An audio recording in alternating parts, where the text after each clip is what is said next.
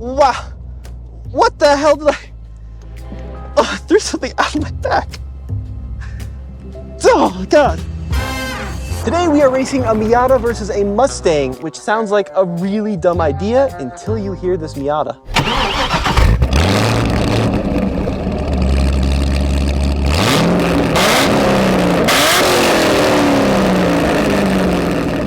What in the heck am I driving?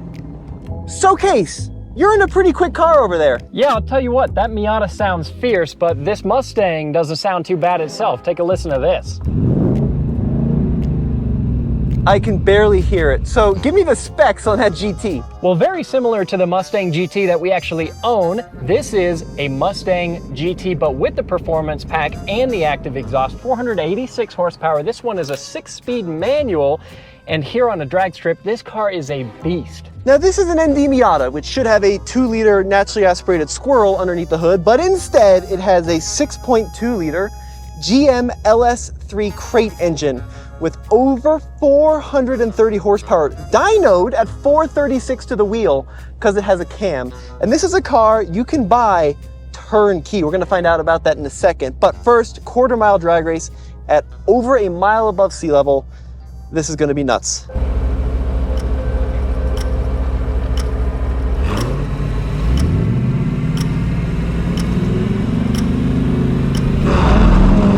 Line up the rear wheels a little bit.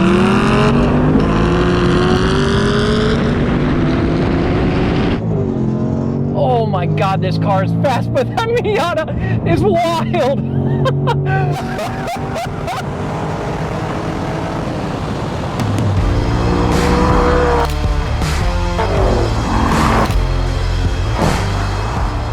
There's no contest. That was ridiculous. I forgot to breathe. Wow. I literally forgot to breathe and I think I knocked the wind out of my head. Dude, watching you take off like that, at one point I bounced off the rev limiter a little bit because I was having so much fun watching you blast down the strip. Now, we are a mile above sea level on an unprepped surface, which cars with as much power as these is not helpful. And also our solo DLs read a little slow, but what was your quarter time? Well, these don't do rollout, but I ran a 1382 at 114. This is easily a 12-second car at sea level on a prep surface. That is insane. And you are gonna need a bleep there, Case, in that edit, but that is the craziest experience I've ever driven. Yeah, mine showed a 14.9, but yours there with an actual drag strips timers and a prep surface, and like you said, at sea level, that car would be stupid fast. I knew you were going to beat me. That was kind of the plan, but man, I didn't expect by that much. All right, we got to talk to the builder of this car and find out what the heck I'm driving.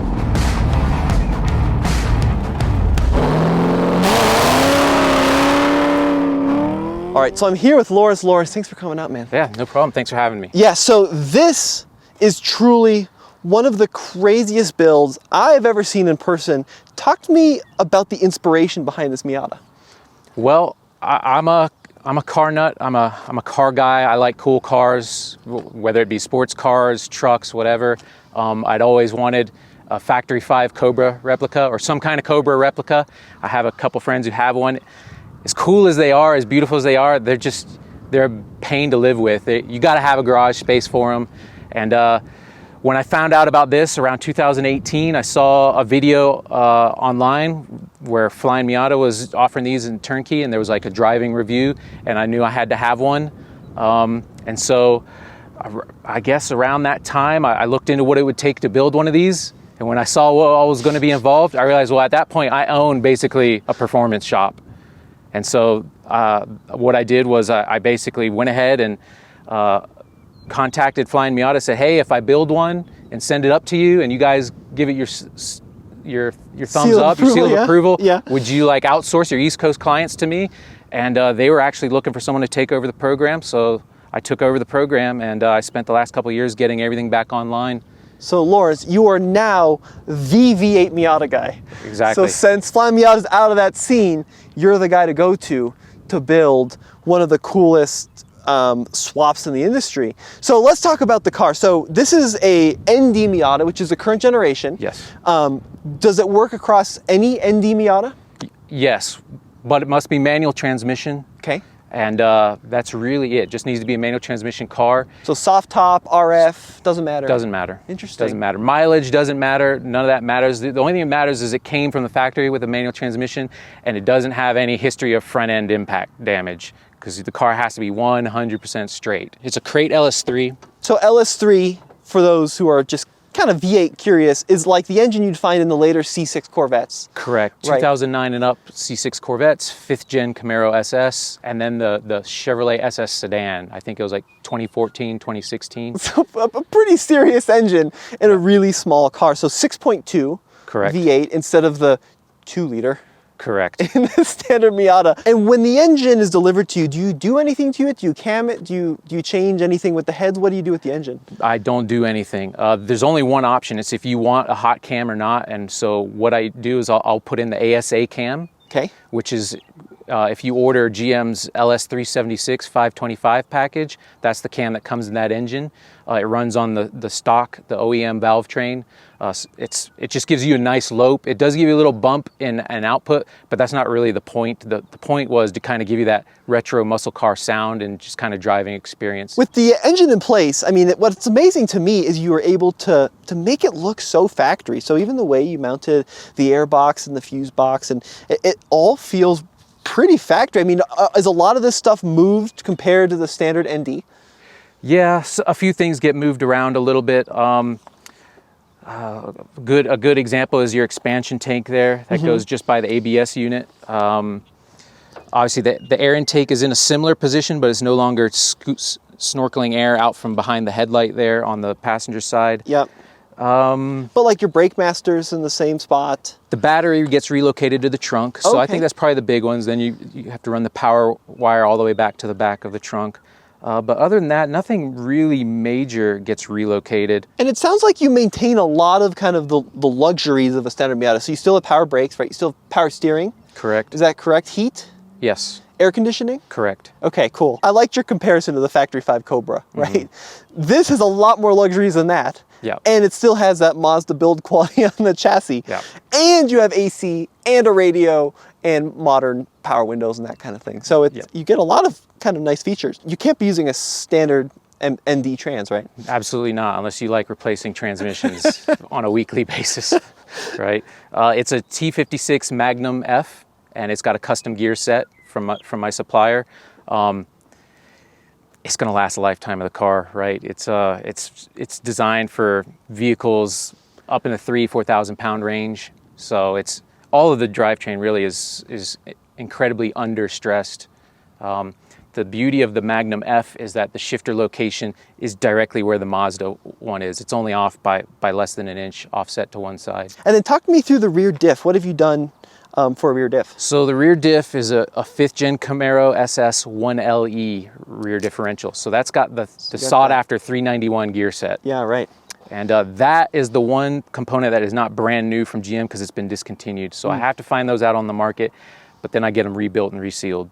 So because again, I don't want fresh LSD in there, right? Yeah, because even someone super low mile, 1,000-mile diff, well, that could be 400 drag passes, right? So I'm not going to play roulette with a rear diff, not in something like this. And that 391 rear end really makes the car just kind of snappy. You go through the gears quick, and it's a small, light car, so it really makes the car really fun to drive. And then I mean, like at the wheel side of things, are you retaining any Mazda components at all? Like with the half shafts, are those all custom? The spindles are still Mazda, so Okay. the knuckles, the mounting points are still Mazda. The brakes are Willwood, four-wheel disc brakes. It's a big Willwood kit. However, the half shafts absolutely have to be replaced. So they're beefy half shafts. They're custom-made half shafts. They're beefier than the Camaro SS half shafts. I mean, both in weight and in girth. They're way overkill, which is kind of on brand with this car. Everything is completely overkill because, like I said, I don't want the cars coming back. And for most customers, I'm really inconveniently located in Southern Florida. Sure. So, for anyone that's not in the Southeast, I'm really out of the way. So the best way I can describe how this car drives, I've only driven one car like this, which is the first generation Viper. I've I've never driven anything other than that car that's as unhinged and just raw, but with a license plate. How is this allowed? That's crazy. Hold on, Alex just called me. He wants me to point this a bit more forward. Our videographer in this roll race realized that the Miata is so fast that it's going to be so far ahead of the Mustang, he thinks we need to tilt the camera forward. Case, were you even in that drag race in that Mustang? It's unbecoming. It's very unsportsmanlike. Oh, is it? Oh, okay. So if I win, it's unbecoming. If Case wins, well, that's free for all. So Case, usually a runway is a really silly place to bring a Miata. Not so much this one. Yeah, it's a little quicker than your Miata, huh? My Miata is like comparing a shopping cart to a fighter jet. I mean, this is a Blackbird, and my Miata is a little Tykes.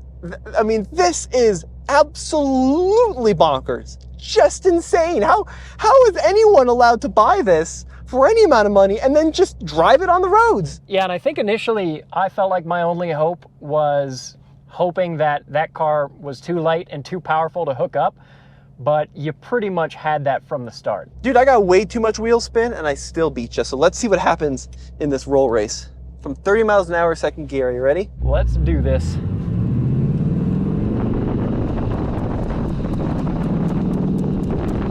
All right, 30 in 3, 2, 1, go. Oh my gosh, wheel spin at 100 miles an hour. It's just immediate.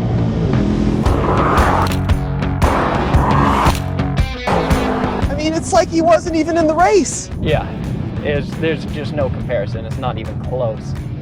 That's crazy. Tommy, we've dealt with some modified cars before, and most of them are not that fast. Or this well made. Usually by now we're getting some weird clunks or lights or error codes, but not so much in this Miata. That's the beauty of an LS, man. So we did bring one more car, something quite a bit more expensive than even this LS3 swap Miata. Something that has a name that dates back 60 years now. We brought a 911, a brand new one, 4S Targa with, of course, forced induction. And I mean, it's a quick car, but we'll see if the Miata can keep up with that 911. I'm going to take a stab at the curb weight. I'm going to say 2,800. Am I pretty close? Yeah, you're almost. That's almost a Price is Right. Okay, Price good. is Right bid right there. $2,790 with a full tank of gas. Oh wow. Yeah. Oh, that's so light. And it maintains the 50-50 balance. It might be a touch towards 51-49, but with the RF, which this would be the high watermark in terms of weight in RF model, it's right at 50-50, maybe a shade towards 51-49. Soft tops will be maybe 52-48. A little bit more front weight biased. balance, yeah. So let's come back up to the front, Lawrence, because I want to talk to you about, I think probably what I would imagine to be the hardest part of this conversion is you have a very modern car, which has many, many computer modules making sure that the occupant's safe and that the car is happy, made it to an engine with a completely different set of computer modules. Yeah. How the heck do you make the two talk to each other? So there's the magic box, and that's kind of, that's the secret sauce right there. That's the Colonel's secret recipe. And this is why I can't do this for Fiat owners, the 124, the Fiata owners. And I get inquiries, but unfortunately that car runs on a Chrysler Stellantis network because it's on a Chrysler Stellantis power plant. Sure. So you can't put the magic box translates Mazda speak to GM and vice versa. Is it literally a box? It's literally a box. Yep. So within that box is a bunch of code. Yep, within that box is a bunch of code to make everything happen. Wow. Yep. If someone wants to buy this, what does it cost? How do they go about reaching you? And what's the time frame like between, inquiry and purchasing? So to contact me, just go to the website, sarasotasupersport.com. There's a contact form. Also, the phone number's on there. That's the business mobile. They just reach out to me and say, hey, I want to own the wildest Miata ever, and we go from there. Price is $75,000 plus Florida sales tax, so it'll come out $80,249, and then the customer picks the car. Okay. So either they already own an ND or they go get one off the market, and I stress I highly recommend folks get an ND1. And for folks who aren't Miata savvy, that's a 2016 to 2018 model. Yeah, why is that? Because they're the least desirable of this generation, because they kind of had transmission issues. If the car was driven hard, they come with 150 horsepower, whereas the later iteration came with 180, and a few less of some electronic goodies that Mazda threw in starting in 2019. And there's no point in paying for that stuff because it's all going to come out. Right. So the best thing to do is just get one of the highest mileage, the lowest price you can find, with an interior that's in a condition you can live with. You could go buy a C8 Corvette for $110,000 and show up to Cars and Coffee, and you're going to be one of 15 of them. This is something you pop the hood, you start the engine once, and I bet everybody turns their head. Yep, right. It gets a ton of, you don't even have to start the engine. Once the hood goes up at Cars and Coffee, then it's like, it's a spectacle. It's a spectacle at that point. So Case, walk us through some of the tech specs on that 911. It's a 2024, but what's the horsepower and torque? Oh, I've got a 3-liter turbo flat 6, got 443 horsepower, 390 pound-feet of torque. And I know that doesn't sound like an insane amount, even compared to the Mustang, but there's a lot more to the story of why this car is quick. All-wheel drive, 8-speed dual-clutch automatic transmission, really excellent dynamics for launching, right? I mean, it's a car that doesn't look that impressive on paper, but is very impressive in person. So I really have some work cut out for me in this one. And to top it all off, I'm bathed in luxury.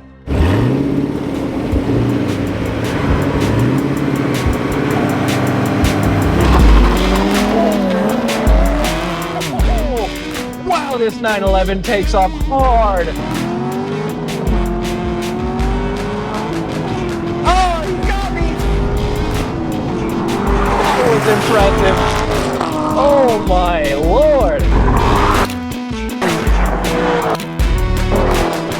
Well, Case, that actually was a little quicker for me. I'm at 13.6, but the challenge is getting this 2,800 pound go-kart to hook up properly with 436 horsepower is a little tricky. So I ran at 13.6, but you still beat me. What was your quarter? 12:23 at 116.8 miles an hour, which again, the solo DLs time slower than what you get at an actual drag strip and on prep surface and a mile above sea level. This car is stupid fast.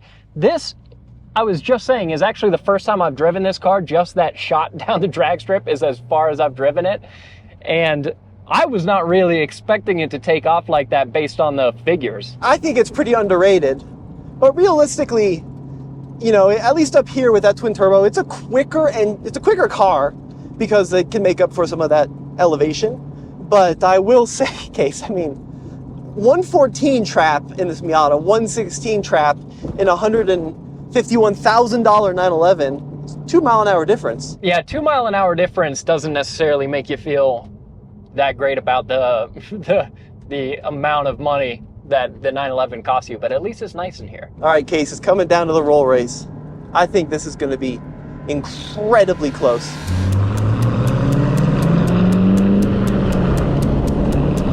Okay, in second, almost to 30, in 3, 2, 1, go.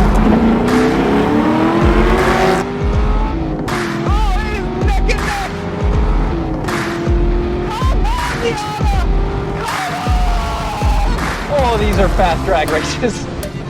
Oh my God. I mean, you won. So close.